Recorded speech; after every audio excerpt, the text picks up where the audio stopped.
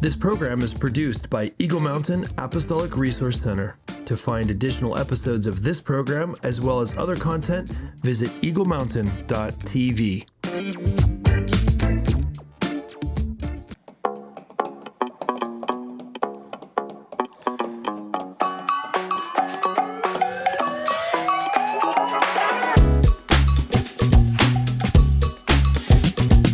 Hey everybody, welcome to Together We Build. My name is Mr. Sin. You apish, beast-eating abomination. Are you kidding me? Okay, here we go. What is a group of pigs called? A potluck? How are you doing there, Foxy? Finding out what you're doing after this show. Maybe we could go grab some drinks or something. What do you say? No, thanks.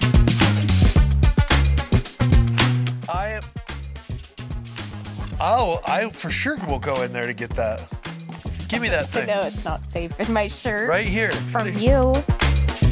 Hey everyone, welcome to Together We Build. My name is Chris Behnke. I'm here with Prudence O'Haire. This is Together We Build. If this is the first time you've ever seen one of these, you are in for something amazing.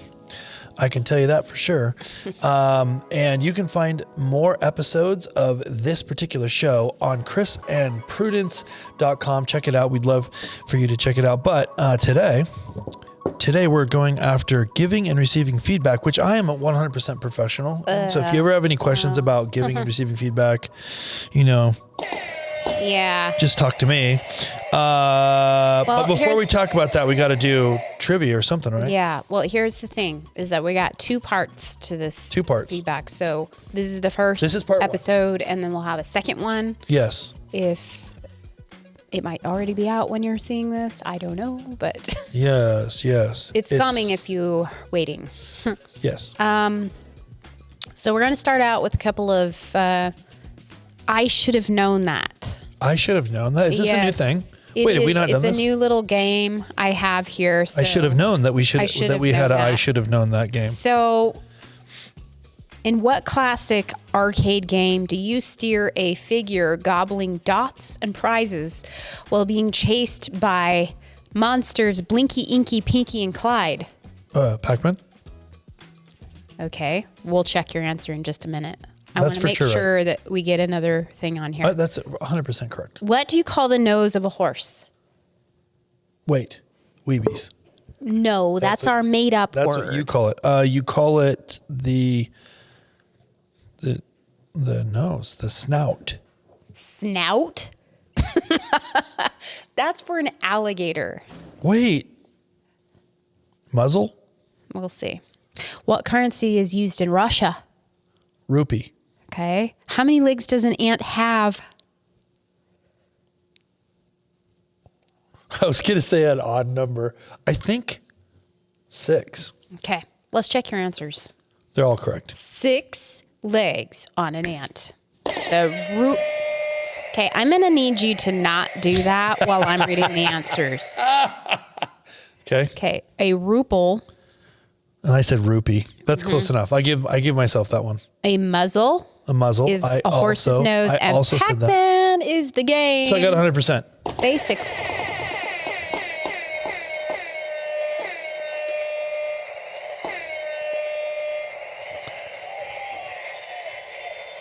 What kind of prize do I get? Do I get a prize? Nothing. You get no prize. You eradicated your prize by overusing What prize the was button. I going to get? We're done. What no prize? prize. What prize Why? was I? You aren't going to know.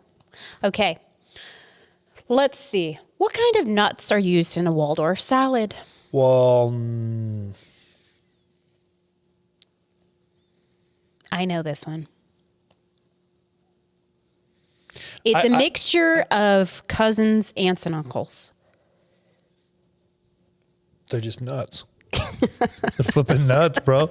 I want to say walnuts, but it's probably not walnuts because walnuts are pretty acidic. It's probably pecans. It's not pecans. It's walnuts. It is? I was so right? if you think about Waldorf. It's a walnut. Walnut salad. Okay. I think you should give that one to me. What is the clothing worn by surgeons and other medical professionals? Scrubs. It's also the kind of guy that thinks he's fly. Okay. But sits on his broke. What is the name of our galaxy? The Milky Way galaxy? What does a Jolly Roger flag usually depict? Pirates use it to indicate that they're pirates. Using what? What's on the flag? Oh, a skull and crossbones. Okay. Obviously. Yes, that is correct. On all accounts. And yes, that is correct. I'm surprised you knew this stuff. Keep going. What is London's most famous shopping street called? I'll answer this one. Piccadilly Street. I think it's Oxford. Ooh. Yep, I'm right. Oxford Street. We were there almost 2 years ago, actually. Don't Can depress you me. believe it's been 2 years? Don't make me depressed. Okay, what color is the S emblem that Superman has on his chest? What color is it? Mm-hmm. Yellow? No, it's red. His S on his uniform is red. Okay, we're done with trivia.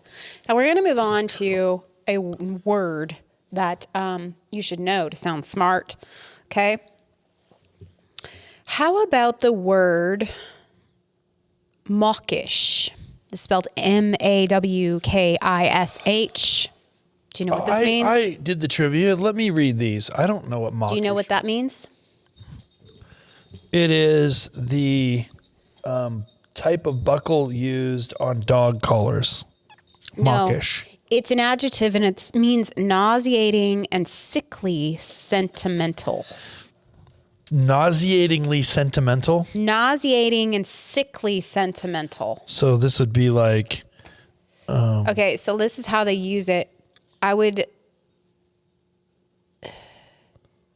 I'm not even going to... Don't even try. Don't even try. That's just ridiculous. Okay, anyway. Well, anyway. All right. That's our fun word. We actually really need to get into thanks for the feedback. Mawkish. So what we're doing is we are going... We're talking about this Thanks for the Feedback by Douglas Stone and Sheila Heen. You can buy this on Amazon. He's going to start chewing that water bottle up. The science and art of receiving feedback well. Okay. Why is feedback important to get and to give? Okay. We get feedback every day of our lives from friends and family, colleagues, customers, bosses, teachers, doctors. I mean, the list goes on and on and on. Yeah, it does. And we know that feedback is essential for professional development and healthy relationships, but we dread it and often dismiss it. You dread it. I don't. That's because while we want to learn and grow, we also want to be accepted just as we are. So this book is actually addressing this topic head on, and actually we've learned a lot from it, and we'll probably still chew on it in pieces here and there. But it's really important to know how to give feedback and know how to take it. Mm-hmm. Because this is kind of how we get better at things. Yeah. It's when we go to pay somebody for lessons on something, we're actually paying them for their feedback. Oh, I never thought of it like that. That's totally true. Mm-hmm. And all the surveys. Why does that seem so much better than when the complainer comes up and tells you they don't like something that you said in your message or whatever? Because you're not paying them for their criticism. So, a lot of stores nowadays will send you out surveys after you're done shopping with them. Yeah. And they want to know how well they did. And that's a form of feedback. Yeah. They're actively trying to find out how to make things better. Mm-hmm. So surveys are an excellent way to ask people for feedback and a great way for people to be able to give feedback in a format that isn't face-to-face. You're saying just like a survey, Yeah. Yeah, totally. Okay, so we're going to start out with a couple of samples here. I'm going to read some pieces out of this book and then we'll just talk about it. But Margie receives a meets expectations, which sounds to her like, really? You still work here? Yeah. So your second grader's art project, Mommy Yells, that's the title of the project, That's the title. was a hot topic at the school's open house night. Oh, boy. Your spouse has been complaining about your same character flaws for years. You think of this less as your spouse giving you feedback and more as your spouse being annoying. All right. Thanks for the feedback is about the profound challenge of being on the receiving end of feedback, good or bad, right or wrong, flippant, caring, or callous. This book is not into improvement or a pep talk on how to make friends with your mistakes. Ooh, I like that. There is encouragement here, but our primary purpose is to take an honest look at why receiving feedback is hard and to provide a framework and some tools that can help you metabolize challenging, even crazy-making information and using it to fuel insight and growth. So I would say that giving and taking feedback is one of the most troubling spots in our relationships all around. Would you agree with this? I mean, You mean the fact that people don't do it well? the fact that we don't do it well, we don't take it well, like we actually, I think, it causes a lot of problems. to answer your question, I think it is, I think that communication breakdown and conflict and the avoidance of conflict are probably the number one damaging factor in relationships. And I think the inability for people to give and receive feedback are the biggest problem in that problem. So it's kind of like in our culture, people feel like feedback is bad. Because If it's anything other than, I love that, they Right. think it's like bad. right. So we need to take ourselves and put ourselves, first of all, into a healthy place. And we talk about that a lot on this show. But a part of putting ourselves into a healthy place is understanding that feedback actually taken in the right context helps us grow and get better at whatever it is that we're doing. Yeah. Whether that's our business relationship or whatever it is. Right. We have to know where we're not doing well Right. in order to get better. Yeah. And we have to be interested in wanting to get better. Yeah, it's kind of like, so like, let's say you want to become a better golfer, and so you could pay for lessons. That's one thing. Or you could like set up your phone and get an app, and the phone videos your swing, and then you can kind of see your swing. And that's one thing, and that all seems very reasonable, and that's all feedback. But I think I love the way you said that. But like outside of that, I think we kind of have this fear of it for some reason. Yeah. Okay. So here's something we noticed early on. This is another little piece out of this book. When we ask people to list their most difficult conversations, feedback always comes up.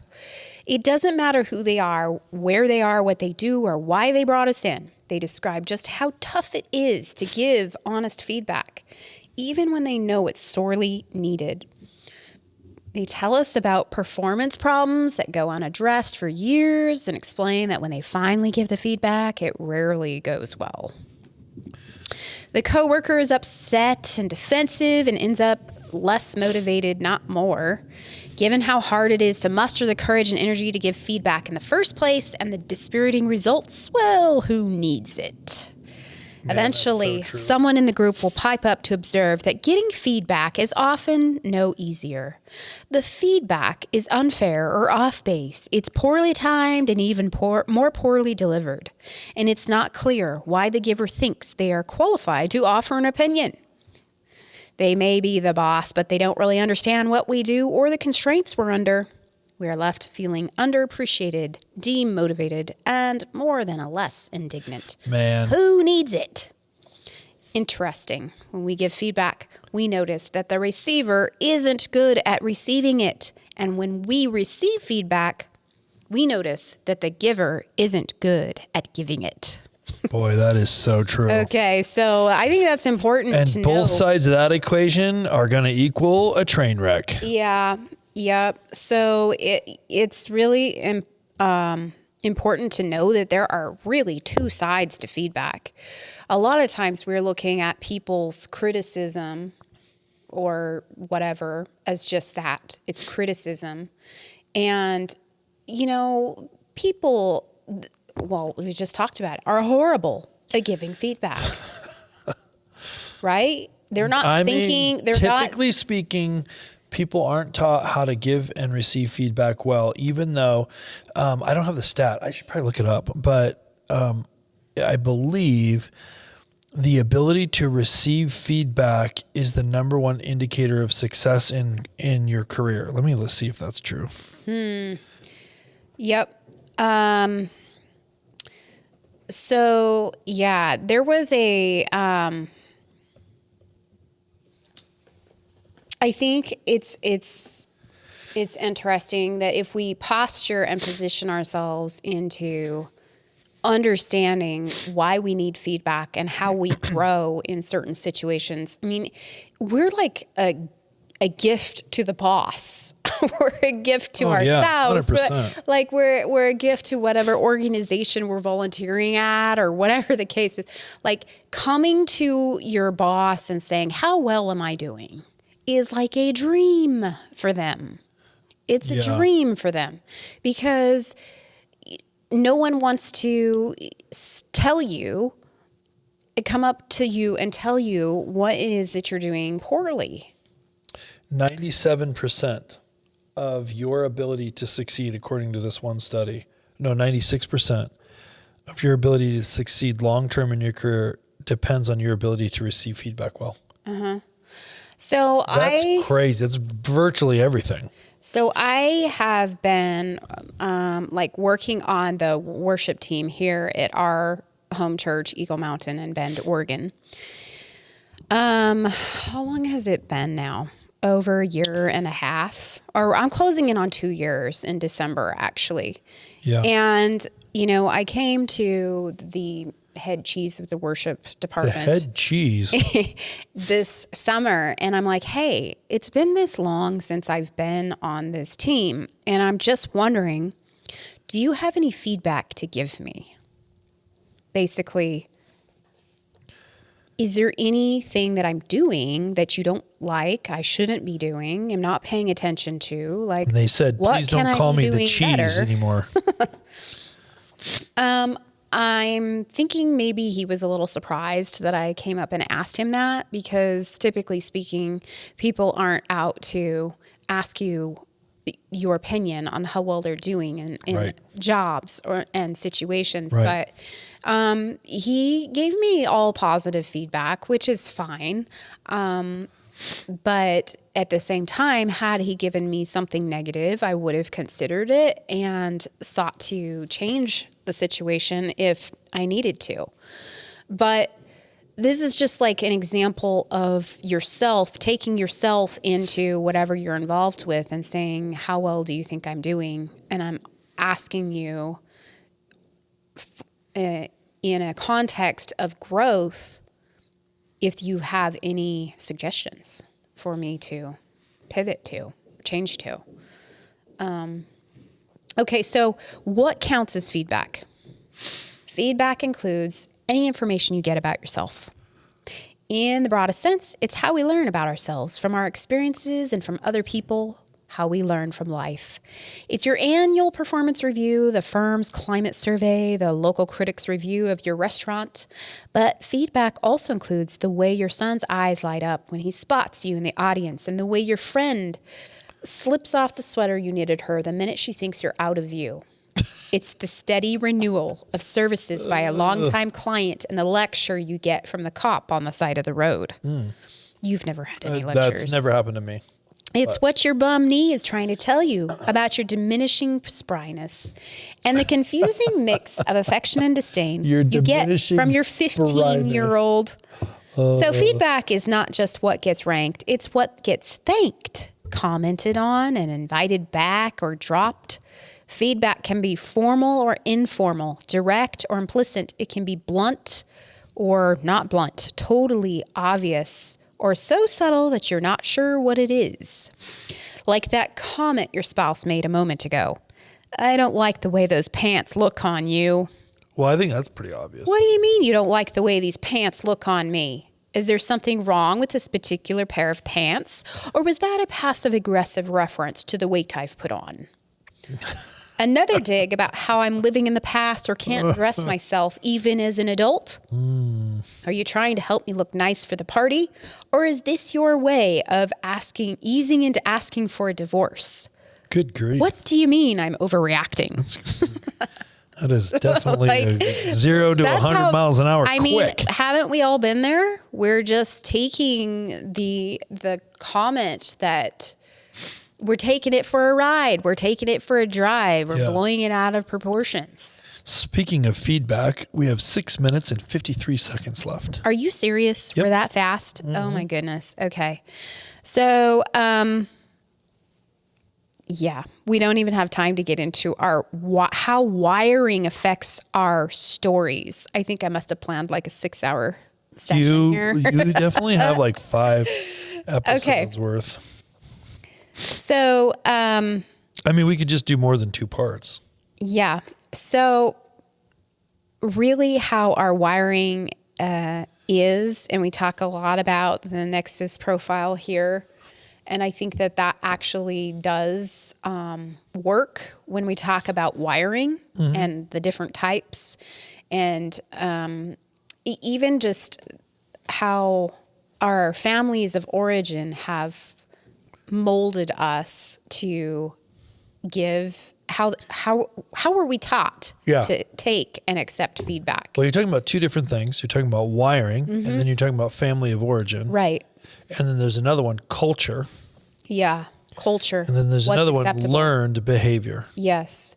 So I feel like it's relatively new that more and more stores are like sending out surveys to our phones or email boxes. I mean, I don't feel like it happened 10 years ago, really. Yeah, it's really become a lot more frequent because I think that they're figuring out, hey, if we can get, like, it's valuable. The feedback is valuable to us. Absolutely. It's valuable to our business, our church organization. Like, our churches should be actively surveying to find out how people are seeing us because we want to do better at what we're doing. Yeah. Right? 100%. So about like anonymous surveys, sending out, I think anonymous surveys can help people actually be more honest. You mean because when it's anonymous, they don't feel like they're going to get judged if they have something negative to say? Yes, exactly. Unfortunately, that is true. Right. Yeah. So I call that the keyboard warrior. So when they have anonymity. That's a tough word. Neither one of us is saying it right, but when it's an anonymous survey, they feel empowered. Oh, I'll tell you what. Oh yeah, totally. I mean, but at the same time, that is where some of the truth comes. But I think that we need to make sure and remember there is somebody behind that survey. Even when we fill out something for like Walmart or, one of our favorite stores, a person is reading that when we send it back and it's full of nasty, grumpy nasty things. Yeah, it should be helpful, Yeah. Helpful. So, and we see a lot of this without surveys, even on our content that we put out as a religious organization. Yeah, we see some stuff. Supposedly Christians are writing in nasty things that are hurtful. They're not helpful, and it's embarrassing, actually. Yep. It's really embarrassing. I would say that happens a lot. How many non-Christians are looking at you? Yeah. You need to pay attention to that. What kind of example that you're setting when you go after people in a nasty, vicious way like that. Yeah. And also think about the effectiveness or lack thereof of that kind of feedback. Like, does that ever work? No, that never works. No, it doesn't. Being a nasty jerk kind of, on social media, it's not effective. Yeah. You look like a moron. Anyway, that's kind of off topic. It is, but it's about feedback and how to manage yourself. Like, we just need to remember there's always a person behind wherever you're sending that message. Somebody's going to read that. They're going to get slimed. And it's not okay. Like, that's not behavior that the Lord condones at all. Right. I'm not saying that you can't come across, firm or even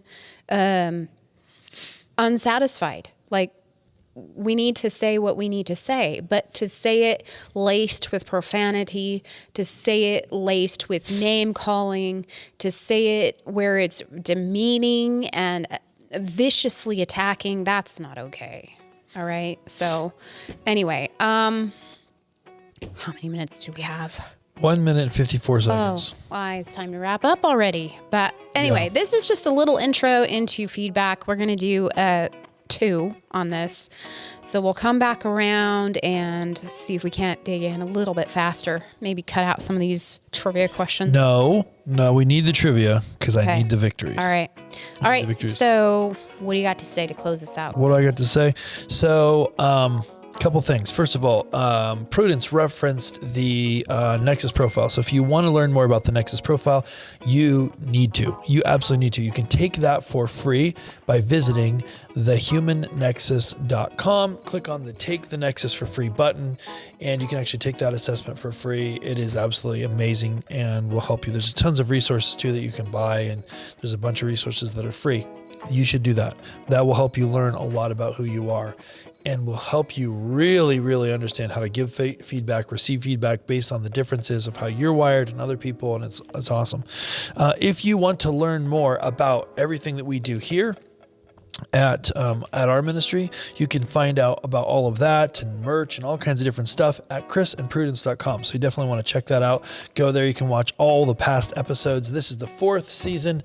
Buckley, you just feel like you need to be included? Can I help you? So this is the 4th season of this amazing show. We would love to hear your feedback about this episode and what we're doing here. So reach out to us. You can do that at chrisandprudence.com. This show is produced by Eagle Mountain TV. You can find other amazing content like this by going to eaglemountain.global and clicking on the Eagle Mountain TV button. So we'd love to hear from you guys. We'd love to find out what feedback you have for us. Until the next time, we'll see you around. This is the first part of a 2-part episode, so we'll see you on the next one pretty soon. See you then.